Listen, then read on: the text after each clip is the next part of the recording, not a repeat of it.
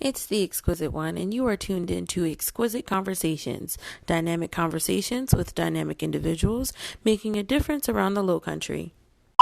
This week, we interview hip-hop artist and producer Ray Deezy. You loved me before. Please love me again. I got the same 24 hours you got, bro. Ain't no need to hate. You too can live this way. My only focus is family, more knowledge is self. I can't be thinking bad thoughts, that type of shit don't help. Suicide is real, so be in tune with your mental health. I got plans, I got goals, I'm trying to travel the globe. When your money no longer folds, the bank is your second home. Papa was a rolling stone, all he left us was alone. We used that to pay our tithes so Jesus could bless our home. Fast forward, a nigga grown, trying to keep the lights on. Mama used to cuss me out for leaving meat on my bones. Now I'm eating like a king, personal chef at my throne. You know what I'm saying? I want you to be right here. I want you to see all this glory, nigga, all this epicness. Nigga, that's the word, I just created it. Nigga, we doing it. We just live a life. We ain't worried about no drama, no stress. You know what I'm saying? It hurt to hate. I can't do none of that, nigga. Nigga, that sound like a full-time job to me, nigga. Fuck that. You getting easy money over here. You know what I mean? I know it hurt, though. Slicing fruit for my smoothies while I meal prep. Getting money in my sleep. Waking up to a check every night. Feel like Christmas. Can't go to bed yet. Health is wealth. Knowledge is power. Don't leave here with regrets. Always remember, keep it real. And what you can't have now, leave and you will. Clean up your credit, don't leave this world with them bills. Show love to all of your people, you know jealousy kill. Keep a weapon concealed, might do a sneaker deal. About to let you niggas walk inside my shoes for real. Put my face on the soul, yeah, I'm on you niggas' heels. Ooh. I was young and dumb, unprepared to say the least. Let my baby mamas tell it I was just a deadbeat. Selfish quotes in my speech. But one thing I always knew, this shit was bigger than me. Never gave a damn about no gossip in the streets. Watch your mouth, don't say my name when you hopping on them beats. Pit bulls in my yard, can't keep them all on the leash. They all pray to Allah, we greet each other with peace. Assalamu alaikum, ain't a prayer that can save them. Put the pistol on you, make you strip like Shannon Tatum. Show you pictures of your family, tell you crying won't save them. Revenge is like the sweetest joy, can't let you play him. Still mad Celie didn't kill Mr. when she shaved him.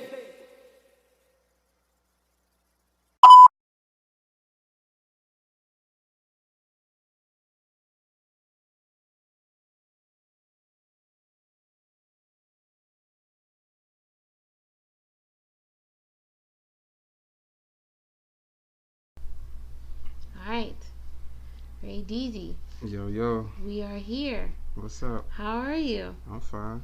Awesome. So, you have been quite the busy guy the past couple weeks. Yeah. Well, the past couple months, the past year, you've been very, very busy.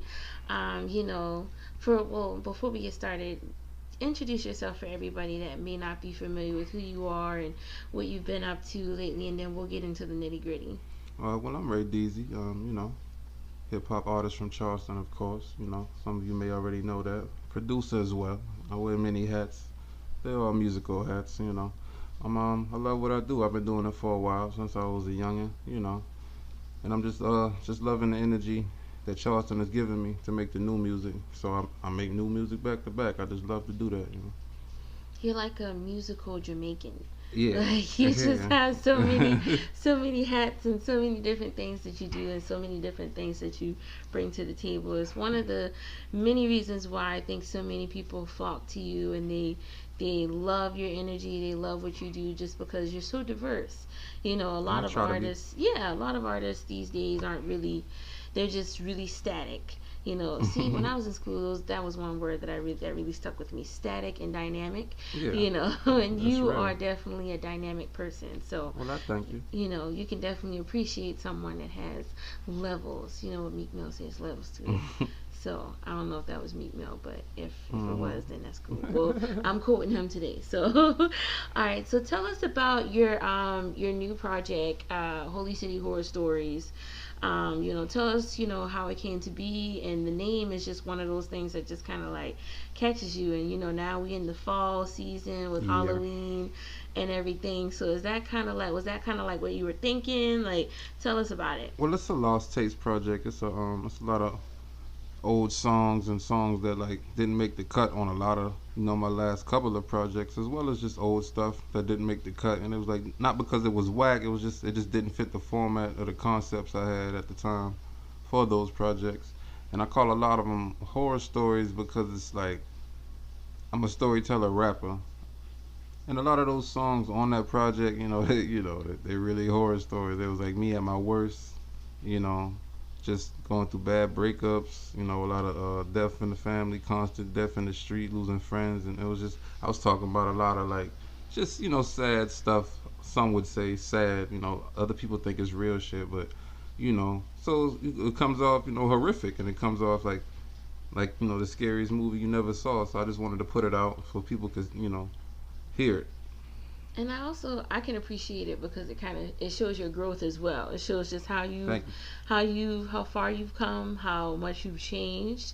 You sound like really aggressive on it too. So it's like I can hear and see the hunger in you when I listen to these songs, and I can feel that pain like right along with you. So I like how you arrange things. I know we've had many conversations, and I know there's so many other songs that you haven't released, and so many other secret lost tapes that you're sitting on as well. So I think the selection with this one was really good. So all right, so tell us about like horror stories. Growing up in Charleston, people like how people describe Charleston as crabs in a bucket, or no, crabs in a barrel. Yeah. Well, bucket, a barrel, whatever. but crab got to be somewhere in it, because that's just Charleston.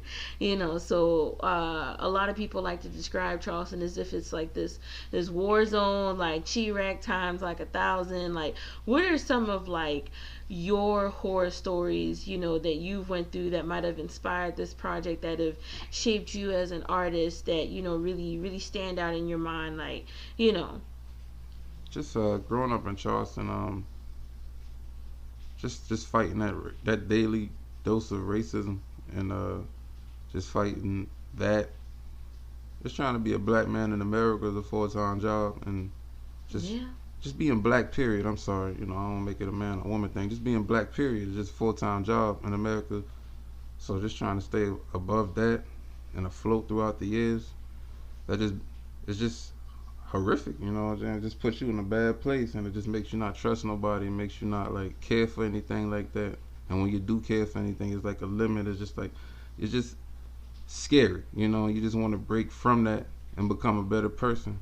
Not just in life, but just whatever you're doing. If you do music, if you work on cars, you just want to get better at that every day. You don't want to stay in that bad place because it's scary. I could definitely relate to that. So I know personally, you talk about your experience of growing up in Charleston, but you left. Mm-hmm. You left for a while, and I know from myself, a lot of people's favorite thing to say to people, is you need to leave. You need to get out of Charleston. You need to just run away. Like, it works for some people, Yeah. So tell us why did you leave? Like, kind of give us a little bit of background on that, and why did you come back? It took me a while to leave. I didn't leave till like my mid-20s, early 20s, whatever. I can't remember. But it was just time to get away and just seek something different. And just see, like, hey, maybe it's a difference here, maybe it's a difference there. Like, I moved around a lot, but like when I left about close to 5 years, and like I find myself always coming back, like every other month, every couple weeks. I was always just coming back. I was like, I might as well just go back home, and I was just missing home, and I didn't even know it. And a lot of us, like the way we grow up, and then not just Charleston, the way we grow up in our certain state or our country or whatever, we feel like, oh man, that's all we see, that's all we know, this shit is whack, I gotta get away from this shit. Not knowing we love it. We just gotta live a little better, and like get our money up a little more, and just so we can really like experience where we at, have a nice experience where we at. I can agree. I know when I went off to college, I had that same, it was my parents and my family, like, you need to leave, just go, just run. Like, they made it seem as if Charleston was this, ground zero for nothing good to happen or nothing good to come from it.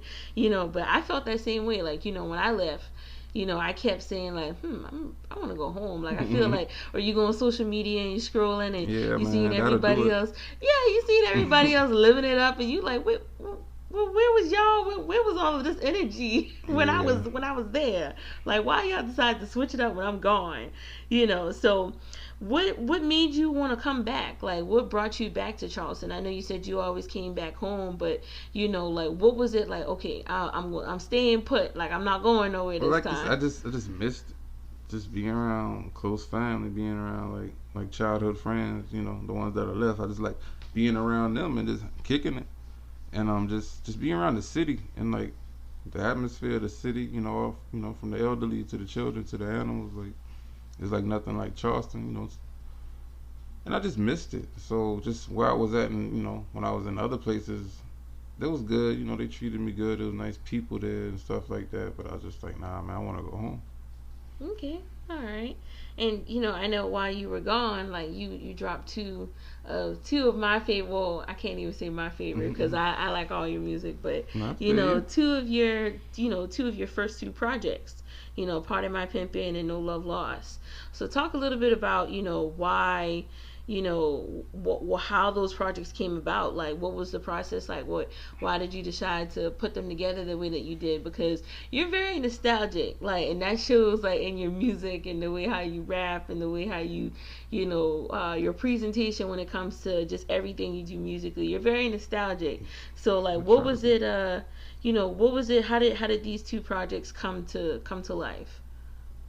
Well, at first, I was recording them both at the same time, so I knew it was two different vibes. I knew it was gonna be like the laid back G shit, and like the other project was gonna be like the more radio friendly, like commercialized type beats. Cause I don't make those type of songs. I choose those type of selection of beats just to make people pay more attention to what I say, and it works, But part of My Pimpin' was more.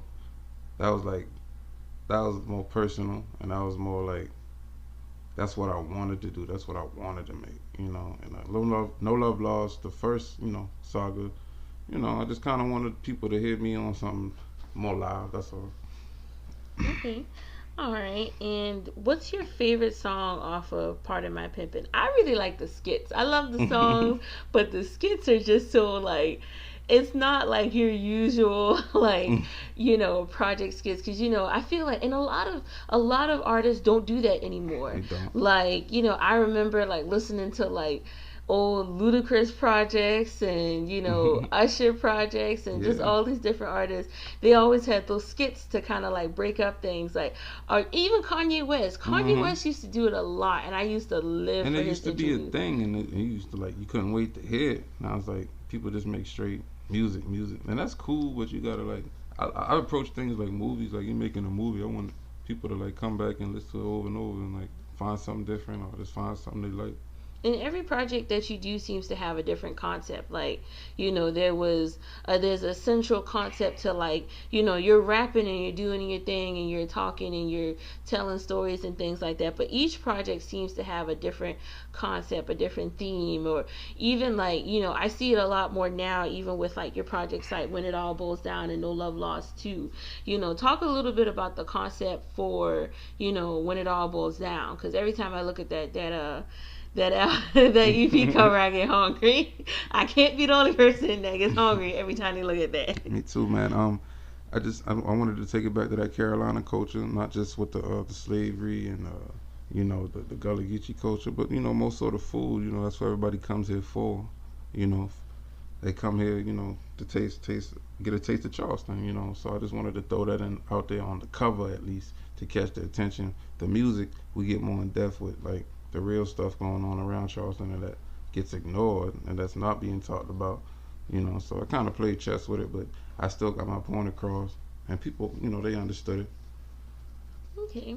Now I'm interested to know kind of like, because you do pretty much majority of all the beats for all of your projects you do yourself. Yeah. What's kind of, I like how you have Solange featured. You can hear Solange's vocals on the background of the Gentrified song off of When It All Goes Down. So how do you decide like what songs you want to sample?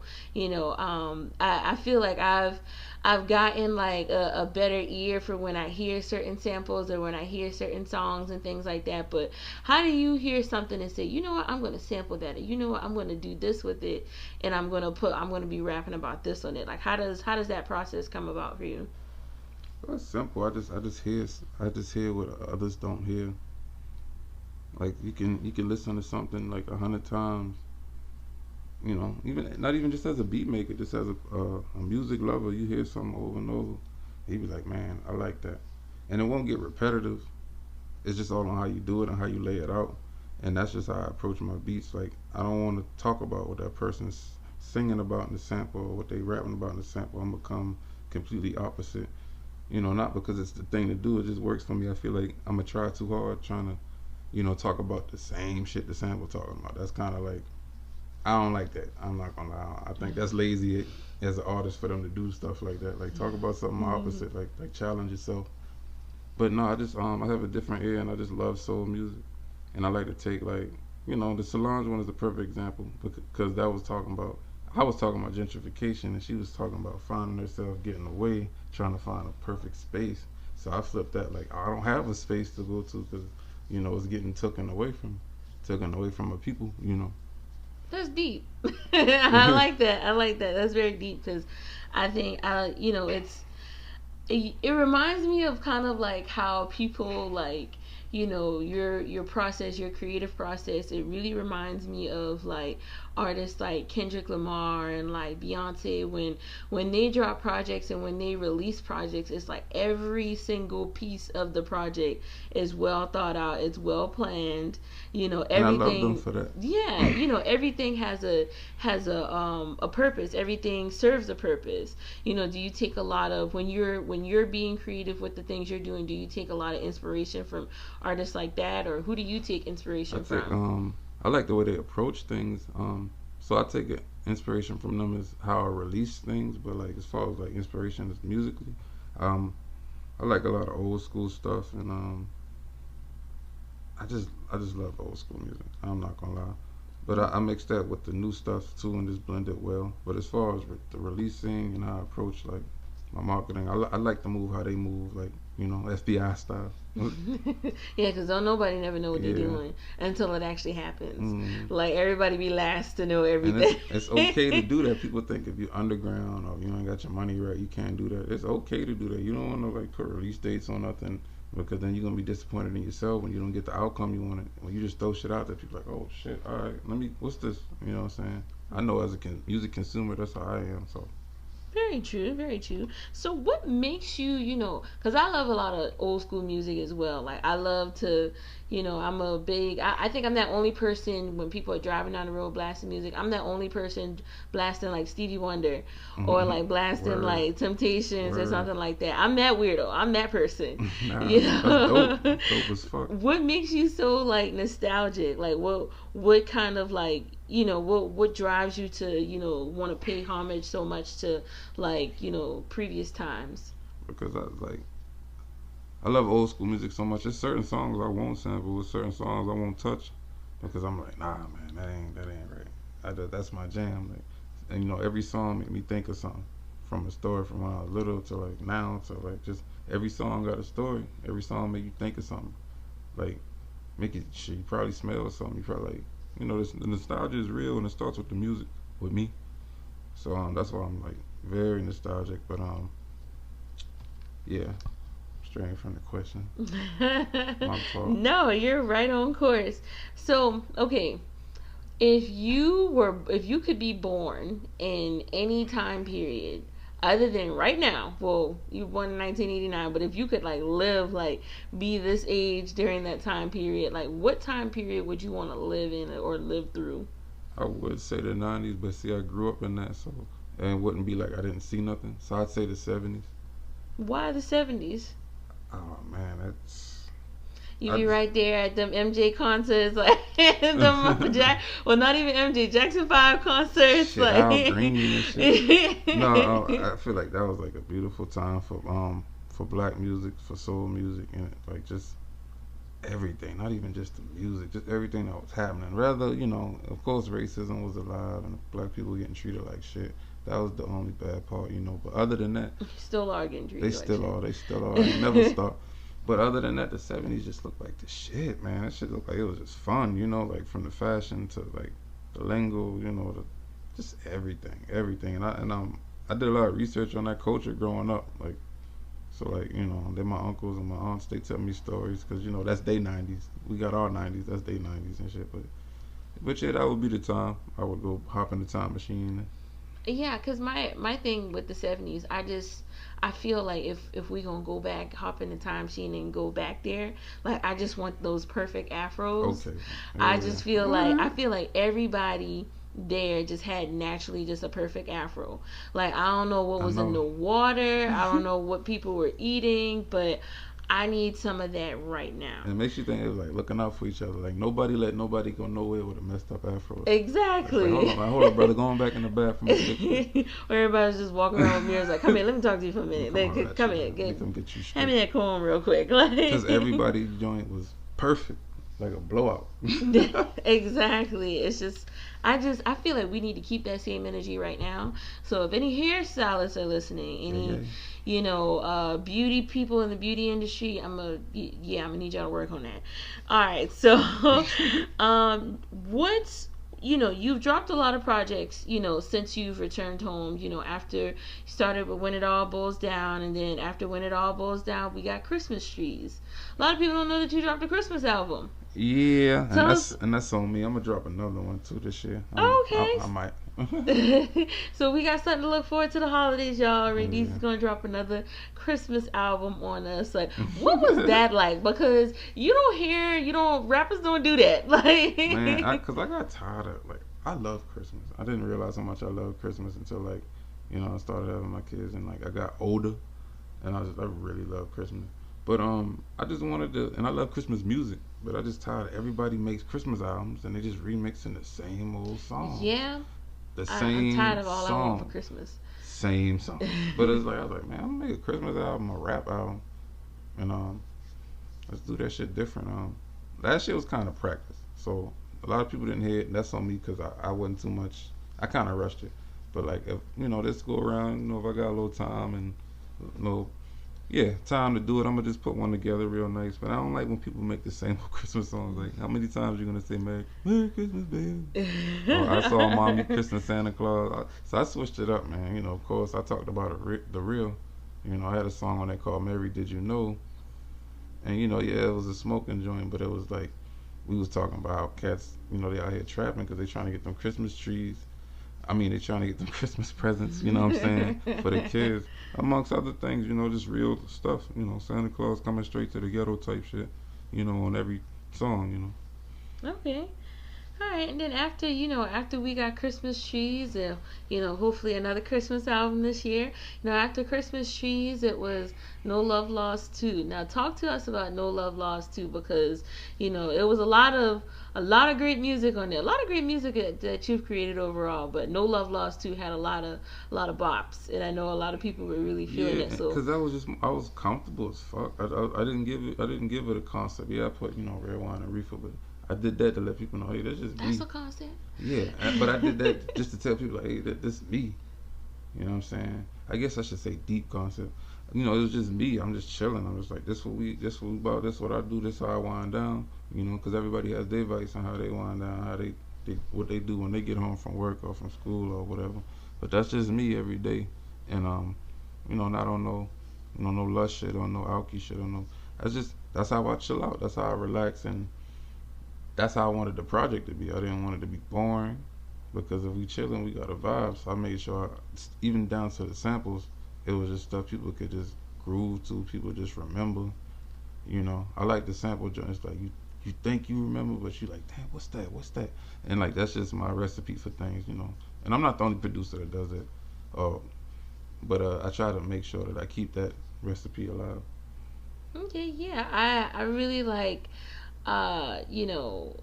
Good Sleep. I think a lot of people love Good Sleep because it's just one of those songs that you can just kind of just like kick back and just vibe to after you've had a long day. Like, I like music that I can like unwind to. Like, I'm someone, I have my own, I have anxiety of my own, and I feel like for a lot of people that might be dealing with anxiety, depression, any kind of like mental health issue, music helps. It does. Music, definitely. I know, damn sure help me. Yeah, music, it definitely, because what you gonna do if you don't know how else to calm down? You just gonna try to turn up the radio or, put on your favorite song or something like that and just be able to just take your mind off of it. So, hell yeah. Yeah, so speaking real. of mental health, you gave us the Good Sleep video, which was amazing. Definitely well thought out. You and Toucan Films, Shout out to Toucan, rest in peace, my nigga. Yes, definitely rest in peace to him. Why did you in this video? Why did you want to take it there? Like, why did you want to discuss mental health? Because that's a big topic now in America. Because and it's crazy that it's a big topic now, but it's been something that's just. It's been going on since the beginning of time, and I think before a lot of people have really they never really took it seriously until like people started dying or people started doing that's things. why it was sensitive. It was a sensitive topic because me and the director, we going through that. You know what I'm saying? And he was going through it times 10, of course. Again, rest in peace, Drew Gardner. Like you. He was going through it times 10, so it was real. It was real, and so when I even brought that to him, I'm not gonna say he got happy, he got excited because he was like, shit, we could do that, not knowing he was more like, yo, we could do that, man. I'm gonna do that. Let's do that. I can make that come to life. I was like, all right, that's what I need you to do. But even with the simple ideas we had, it's like crazy how we didn't even plan for it to be about mental health or depression. We just displayed that shit just on accident because it's just like that's really how natural it is. It's like I was like, hey man, this is what I said. What you do? What you and your girl talk about? What y'all fuss about? What do you fuss about with yourself? What you not like about yourself? Like we really sat down and got real with it. You know what I'm saying? I was like, bro, this is what's going on with me. You know what I'm saying? Like and you'll have that simple talk with somebody and they'll tell you got depression. I don't know what depression is. I don't know, because I never wanted to be that person, oh my God, I have depression. You know what I'm saying? Not saying there's people out there who are lying about it, but I'm not really with the self-diagnosed shit. That's not me. That's not how I get down. I never know, but people, the more I talk about it with others who are going through it, I've been through it, it's like, yeah, dog, that shit is happening to you, dog. But I'm like, whatever. I try to just battle that shit and conquer that shit. Like, hey, I got real shit going on. I ain't got time to be worrying about that, And just as a black person in America, again, because I got to keep telling y'all that because it's real for black people out here. Like, that depression shit is somewhat of a luxury because you don't get that time to tackle that shit because as black people, we're so hard on each other. It's like, get up. What you sad for? You can't be sad. What you sad about? What you down about? You gotta get up. You better go handle it. You better go to work. Like, we're so hard on each other. It's like, nobody got time to be depressed.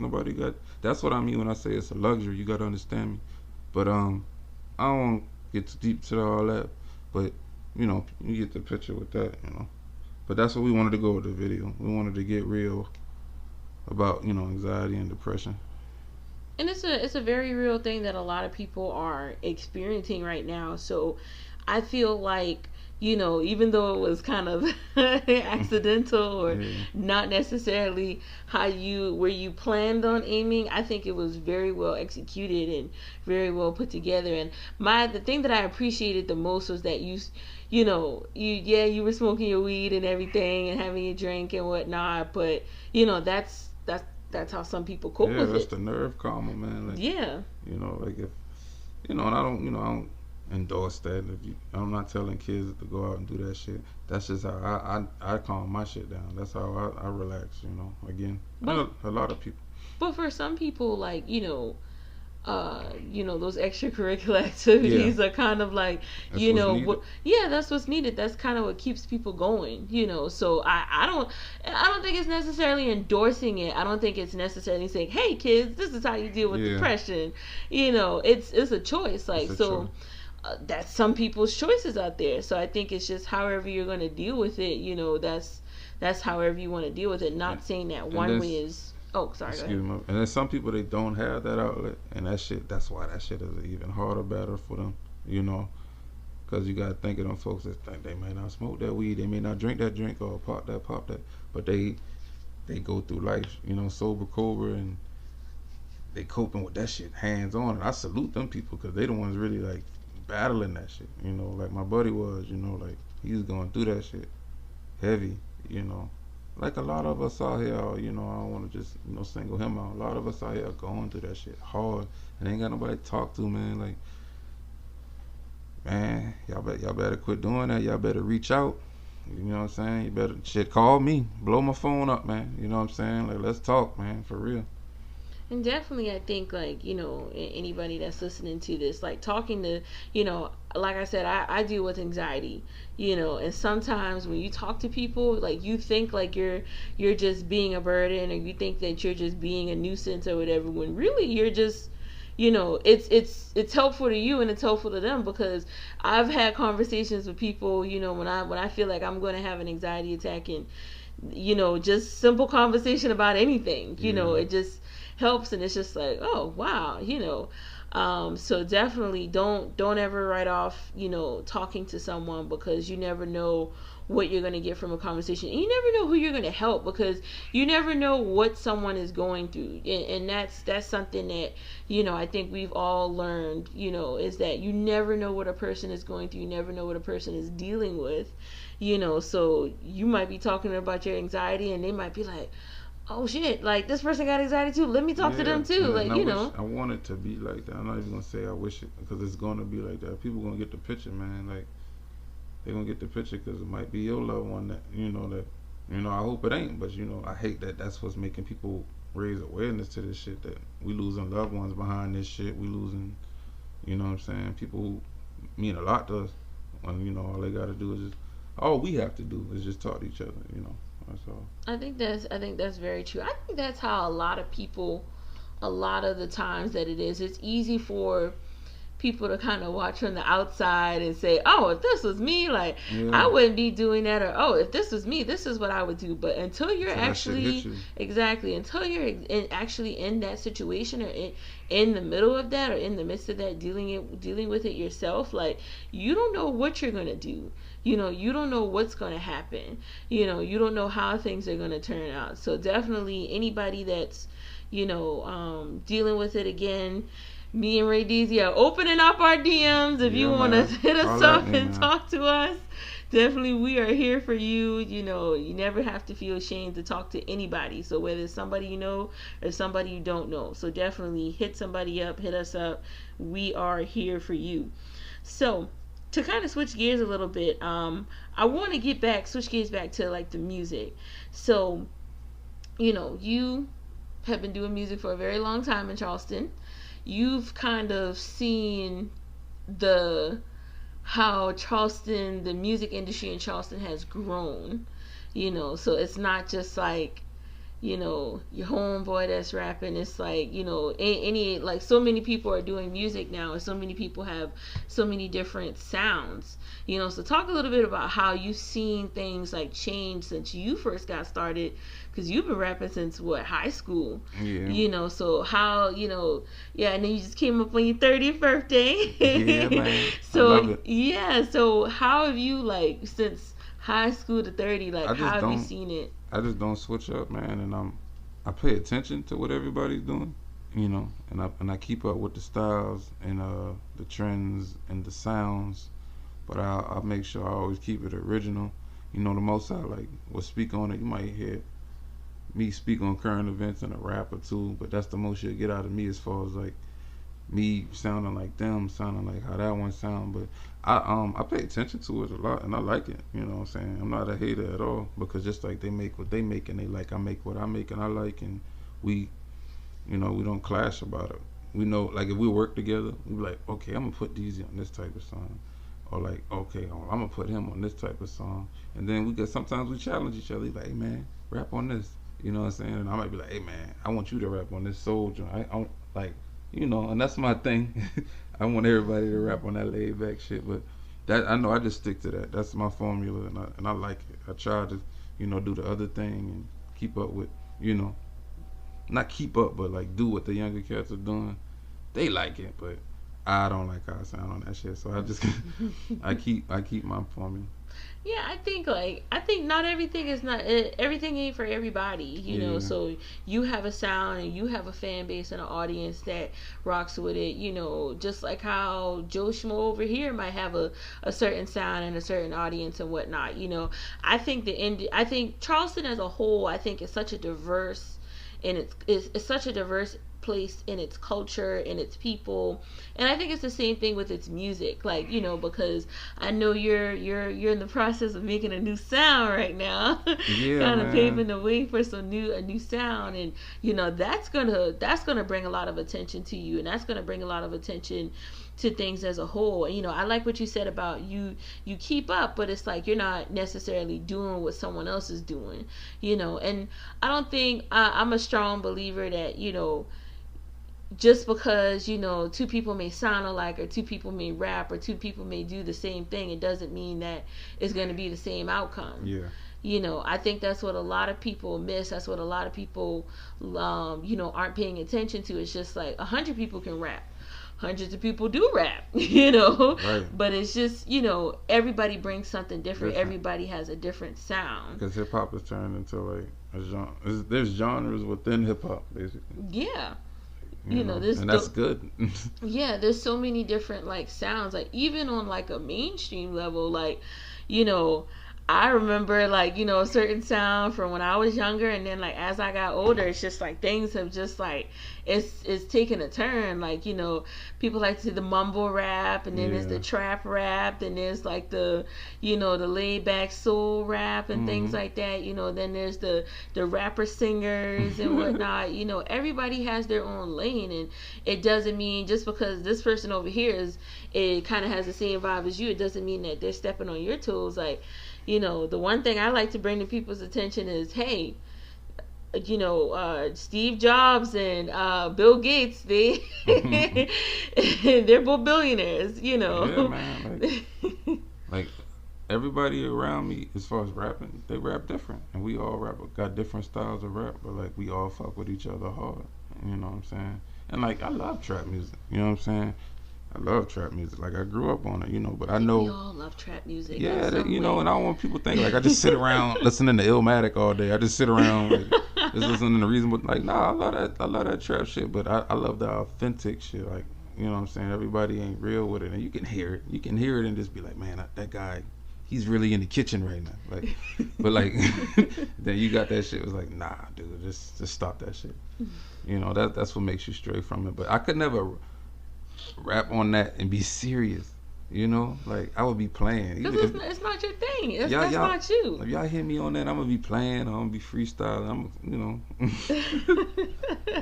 and that's another thing. Like you're just being yourself. This is who you are as a rapper is literally who you are. Like, and I think that's what a lot of local rappers they're missing. Like, and maybe you could agree with me on this. Like, a lot of people just aren't being themselves. Yeah, like Charleston radio should not sound like Atlanta radio or Cali radio, or it should sound like Charleston radio like it did 10 years ago. You know what I'm saying? Like now everybody wants to be commercial. And hey, if it work, if y'all get on and get that check off that shit, do that shit. I ain't hating. But like I just like I like that authentic. I like when you hear it, when they press like, oh yeah, that boy from Charleston. You know what I'm saying? Like I don't like all that mix up stuff. Because they already think we from another island, you know. You know what I'm saying? The peninsula, might as well damn call it an island. Shoot. Another storm gonna come and we gonna be a damn island. For real. So, just to kind of like, you know, double back a little bit, you know, to what we were talking about before about, you know, this new sound and these new things that you're working on. You know, you have your own brand, which is Deezyland. You know, what kind of explain for us, like what is Deezyland to you? When people see Deezyland, when people see your merchandise, when people see everything that you're doing, like what do you want them to take away from Deezyland? What makes Deezyland so different from, you know, any other rapper's brand? It's just me. It's just like on all aspects. Like you might see 10 different logos because that's like 10 different Deezys. That's like, you know what I'm saying? Like each project probably might come with a new look from for my brand because I'm just always excelling, always trying to remix, always trying to just, I ain't gonna say stay up to date because I don't really care for that. I'm gonna always be original. And you're gonna be like, you know what, that's that Deezy Land shit. I want to get to that point where people like, when you see something, you don't even gotta see that it says Deezy Land. You just like, oh yeah, that's some Ray Deezy shit right there. I like that. But like just from the label to the clothing line to production, I just wanted to put my name on everything without it being corny and just come correct because I know that's just the way to do things always. I don't want nobody name on nothing because I've played the background so long. I'm just tired of that. Like when I do the group thing with my partner, like yeah, we got our labels and we do everything as a team because we've been doing it as a team. But everything we got by ourselves, we handle that by ourselves, And that's how I want to push Deezy Land, like the new Def Jam, like the new, New Jeff Rowe. New, saying the new Motown, all that, Okay, so what's you mentioned group thing with your partner. Tell us a little bit about that and this new sound that you guys are working on. We working on something major, man, something beautiful, and that's why it's taking so much time because we're trying to get all our ducks in a row and get everything perfect. Not just the music, because the music already there. That's the easy part. And like I keep telling everybody, even the younger cats, the music is always going to be the easy part. But it's time to do that business and get everything, ready for the road, ready for that money. You just got to take your time and be patient. Like I promised, like what me and D Money is doing over there at Rialto. Shout out the Wolf Gang, Shout out to Ben from Band of Horses. Everything we doing over there is gonna be worth the wait. And when you hear it, you be like, damn man, this shit's so dope. And like when it take off like it's supposed to, be like, yo, y'all witnessed it. Y'all seen everything. Like, we got a whole documentary surrounding this shit. But like that'll come when it's time to come. I'm just throwing that out there. Okay. So what's next for you? You got the project, you said you got the project that you're working on with D Money, but what's next for Deezy Land? What's next for you? Like where are your eyes setting? Are we getting another project before we get the group project? Are we getting more merchandise? It's looking like I'm about to drop another project before the group project, but I'm still not even rushing that, because I just want us to move around. Like I love what Wu-Tang did back in the day. I love what Griselda's doing right now. It's like everybody's solo as fuck, but they all come back to the family and do their group thing. And there ain't no egos involved. It's just all love. Everybody just dropping. They supporting each other's projects. And like essentially that's good because we staying in these folks' face. Whether it's me, you, him, her dropping. Like all us on the same, under the same umbrella, I want to get back to those days, even the No Limit Cash Money days. Like everybody was dropping back to back, same time, showing love. So that's why I want to get it back to, even if it's just on Deezy Land or, with the family over at Rialto. Shout out to them again.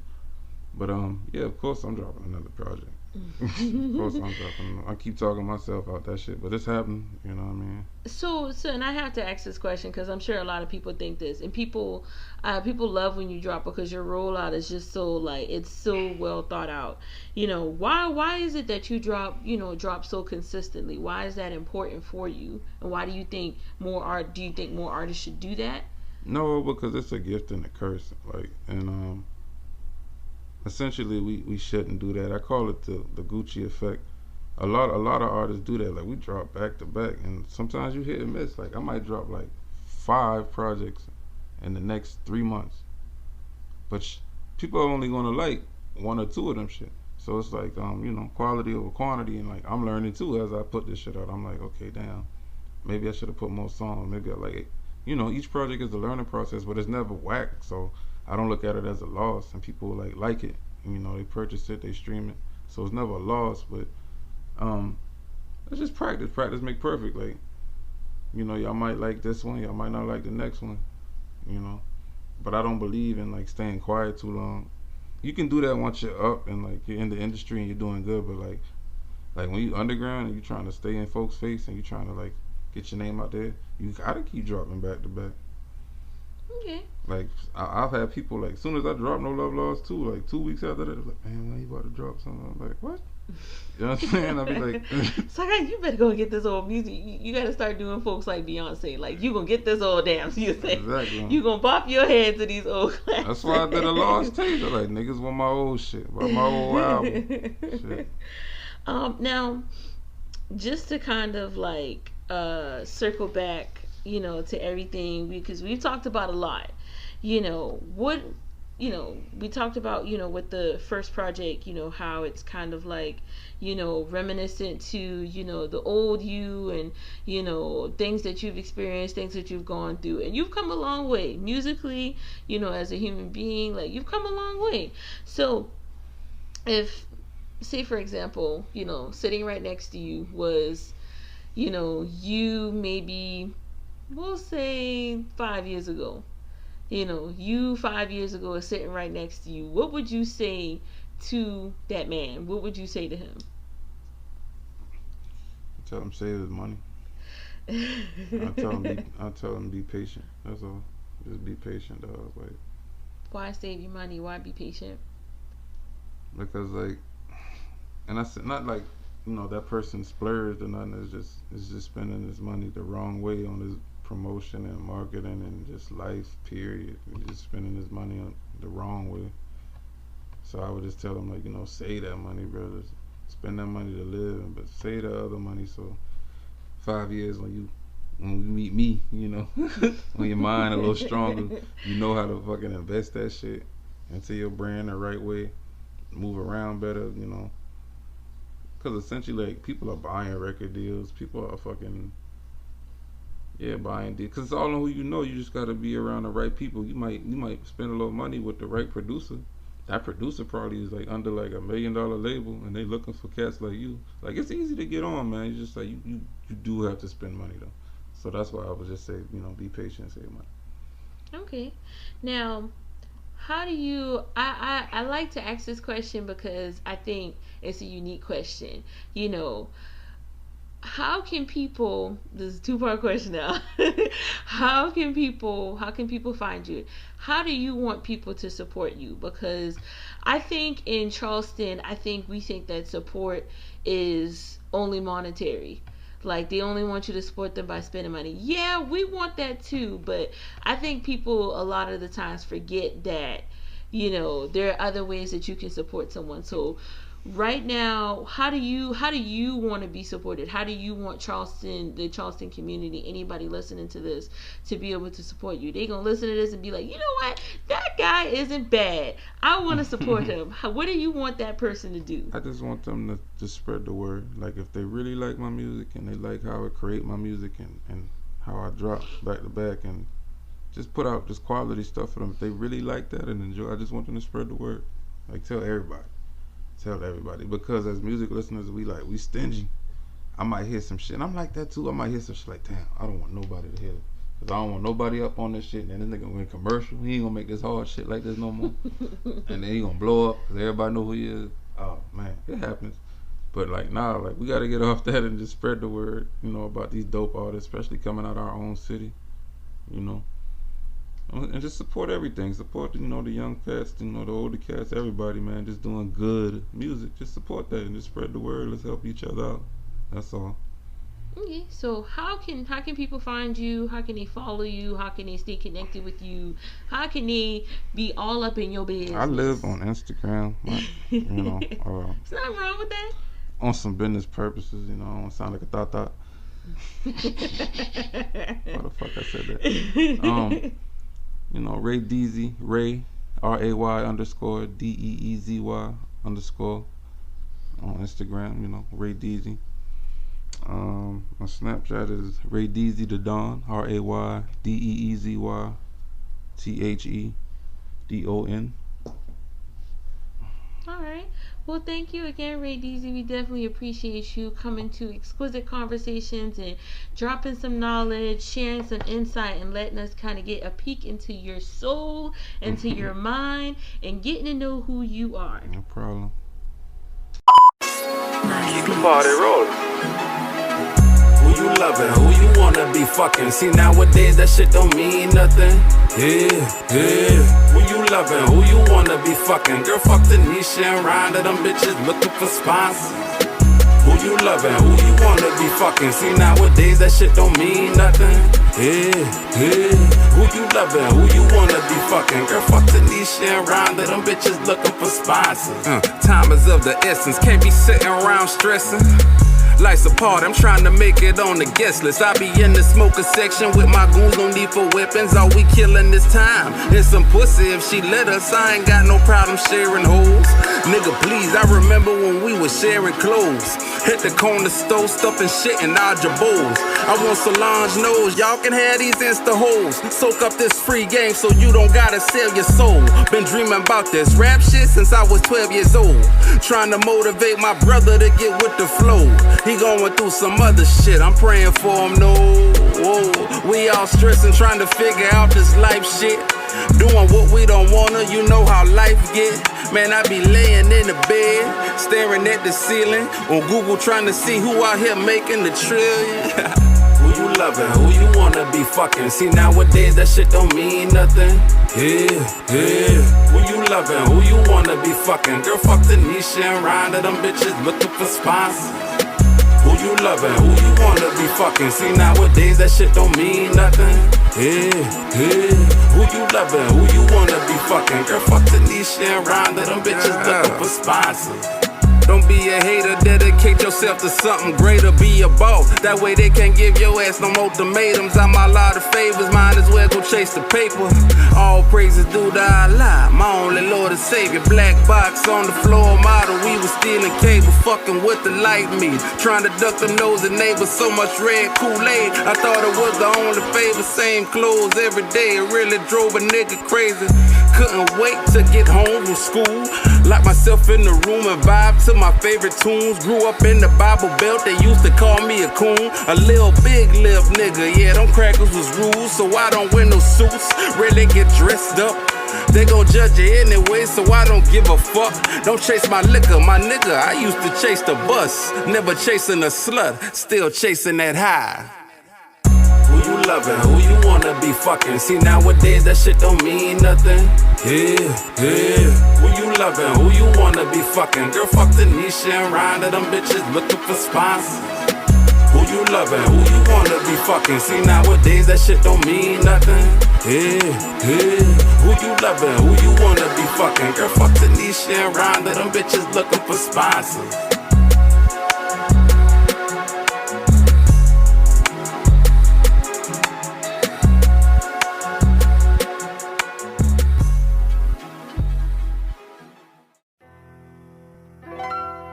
Let me get my lighter though. I saw you put my lighter in your pocket. You know what I'm saying? Let me get that up off you. No, I know how I go. I know how I go, nigga. Yeah.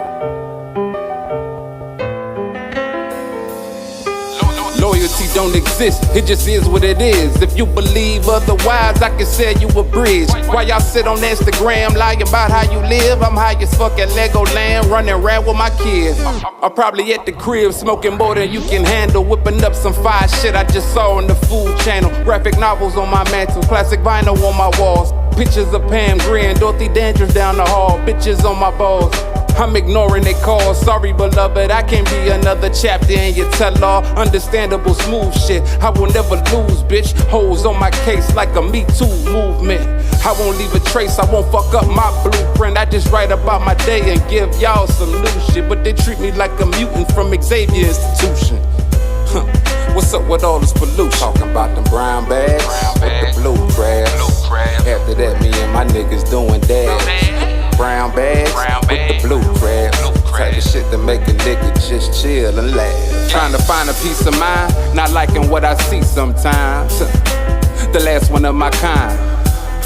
Built from a different design, not the prototype. I'm dangerous like Mike, remember the time? Shout out to my Nickelodeon slime. I owe you my life, you don't owe me a dime. If we make it to them gates, I'll let you cut me in line. Had a trunk full of bass, busting through the Alpines, running through that football turf to the goal line, dressing like a 80s drug dealer who don't like attention. White tee, bucket hat, Stan Smiths underneath my slacks, socks all black, that's why I stash the reefer at. Dope boy habits, yeah, I'm too old for that. The streets is where my soul is at. You worrying about where them hoes is at. I move bitches like Doja Cat, but they already told you that. Huh, yeah. They told you about them brown bags, with the blue crabs. After that, me and my niggas doing dabs. Brown bags, with the blue crabs. Type of shit to make a nigga just chill and laugh. About them brown bags, with the blue crabs. After that, me and my niggas doing dabs. Brown bags, with the blue crabs. Type of shit to make a nigga just chill and laugh.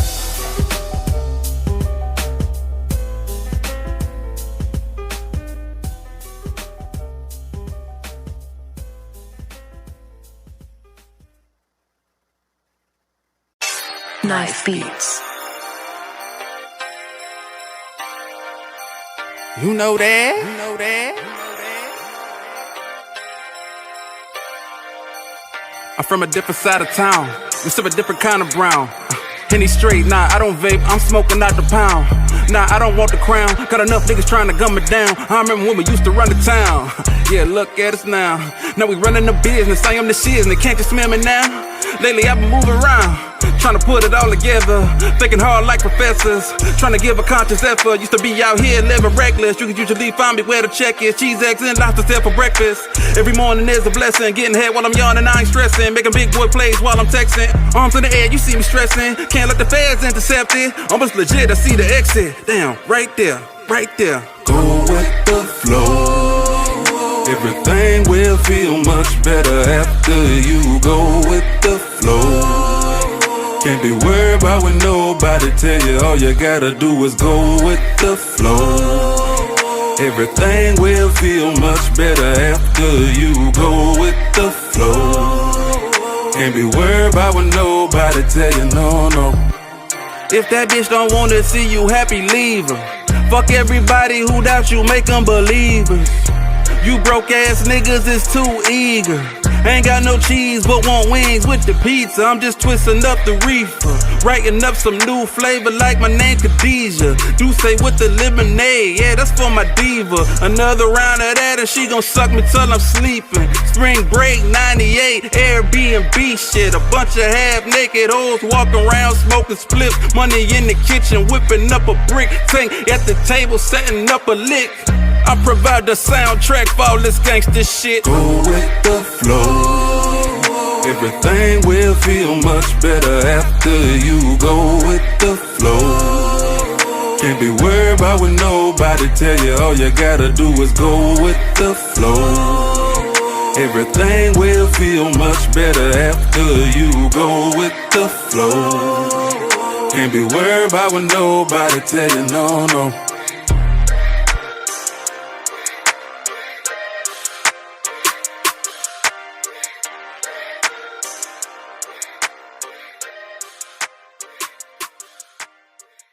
Thanks for tuning in. Make sure you follow us on Instagram at exquisite.radio and let us know how you enjoyed the dialogue this week.